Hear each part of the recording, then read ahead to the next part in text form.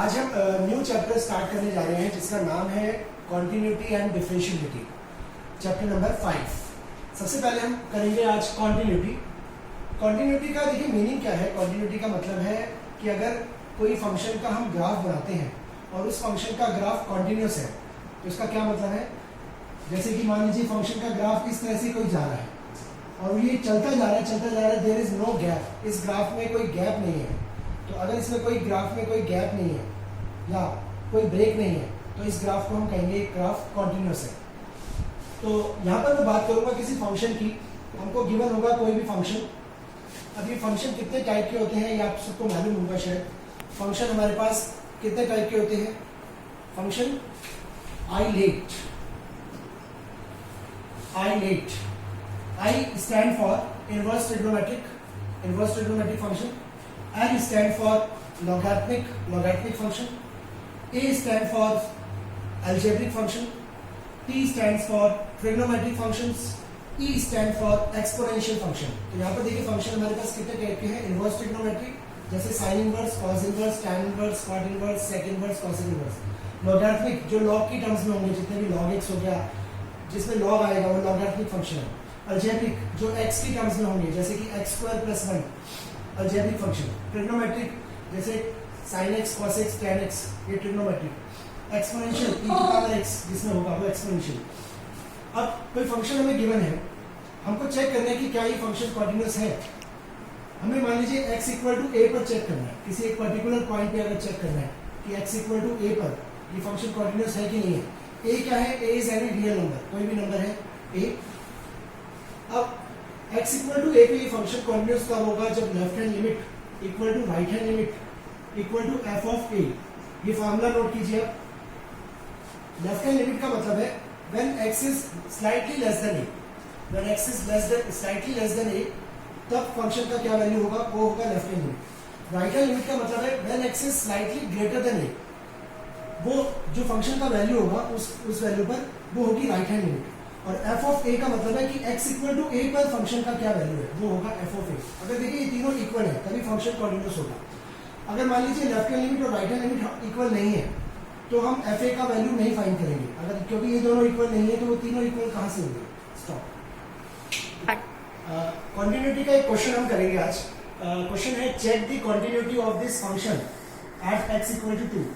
हमको function given है 3x + 2 if x is greater than 2, 8 if x is equal to 2 and 5x - 2 if x is less than 2। देखिए यहाँ पे function जो है तीन कैटेगरी में डिवाइड हो रहा है।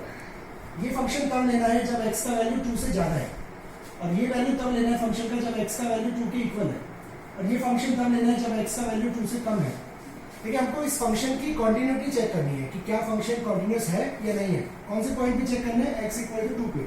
तो एट x = 2 फंक्शन कॉन्टिन्यूस तब होगा जब left hand limit equal to right hand limit equal to f of a। a क्या है 2। अब सबसे पहले हम लेफ्ट हैंड लिमिट फाइंड करेंगे। लेफ्ट हैंड लिमिट का मतलब है when x is slightly less than 2।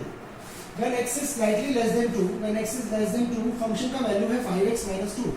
तो हम फंक्शन की जगह 5x - 2 रखेंगे और लिमिट लगाएंगे इसके साथ, लिमिट x अप्रोचेस टू 2। देखिए x अप्रोचेस टू 2 का मतलब है कि x का वैल्यू 2 की तरफ बढ़ रहा है। At present x is not equal to 2, x का वैल्यू 2 नहीं है। अब लेफ्ट हैंड लिमिट की अगर बात करूं तो लेफ्ट हैंड लिमिट का मतलब है कि when x is slightly less than 2, x का वैल्यू 2 से स्लाइटली कम है। कितना कम है, लेट x = 2 - h। x को हम पुट कर सकते हैं 2 - h। h क्या है, h is a very small quantity.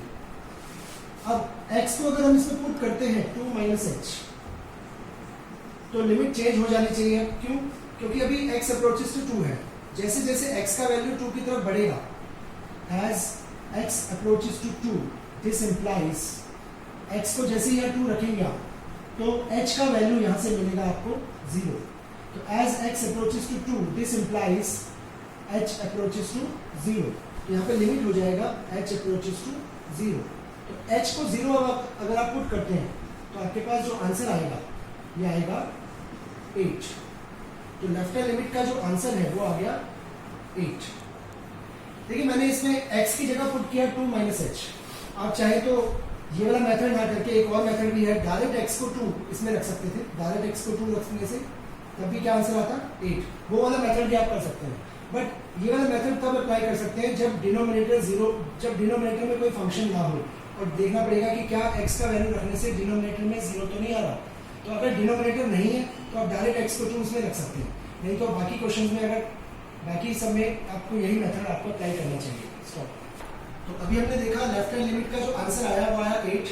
Now अब मैं राइट हैंड लिमिट फाइंड करूंगा। राइट हैंड लिमिट का मतलब है when x is slightly greater then 2, when x is slightly greater then 2 तब फंक्शन का वैल्यू है 3x + 2। तो मैं यहाँ पे फंक्शन का वैल्यू 3x + 2 रखूंगा और इसके साथ लिमिट लगाऊंगा x अप्रोचेस टू 2।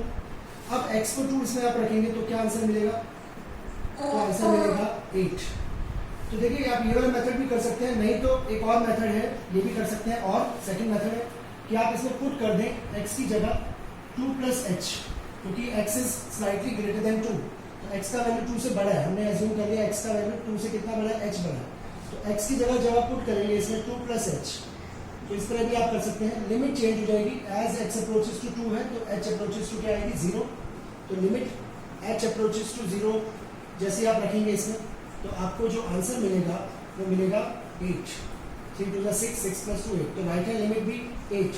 हमने क्या देखा? लेफ्ट हैंड लिमिट भी 8, राइट हैंड लिमिट भी 8, because left hand limit equal to right hand limit.